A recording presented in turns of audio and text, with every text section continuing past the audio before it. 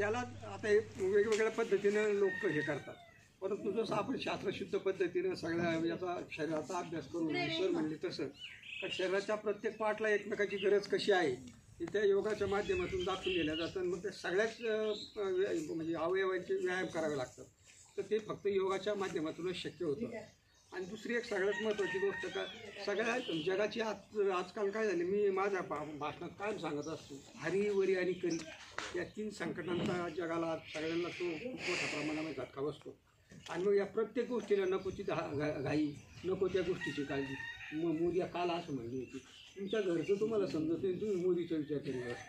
त्याच्यानंतर घाई प्रत्येक गोष्टीची म्हणजे काय, मला जाणं गरजेचं हे बरोबर आहे, परंतु त्याच्यात वेगाने हे करण्याच्या याच्यामध्ये खूप मोठ्या प्रमाणामध्ये अपघातांचं प्रमाण आपण याच्यामध्ये हे करतो आहे. त्याच्यानंतर काळजीचा जो विषय राहतो तो पण अशाच पद्धतीने आहे, नको त्या गोष्टीची आपण काळजी घेत राहतो.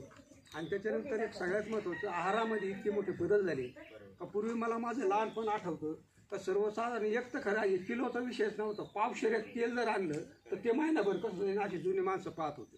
आणि आज परिस्थिती उलटी झाली हो, किलो तेल आज दररोज माणसांना अगदी गोर काय गरीब काय असं काहीच विषय राहिला नाही. म्हणजे इतकं मोठ्या प्रमाणामध्ये त्या तेलाचं आपल्या आहारामध्ये हे झालं, वापर झाला. आता ती योग्य पद्धतीने मिळालं तर ती गोष्ट वेगळी, परंतु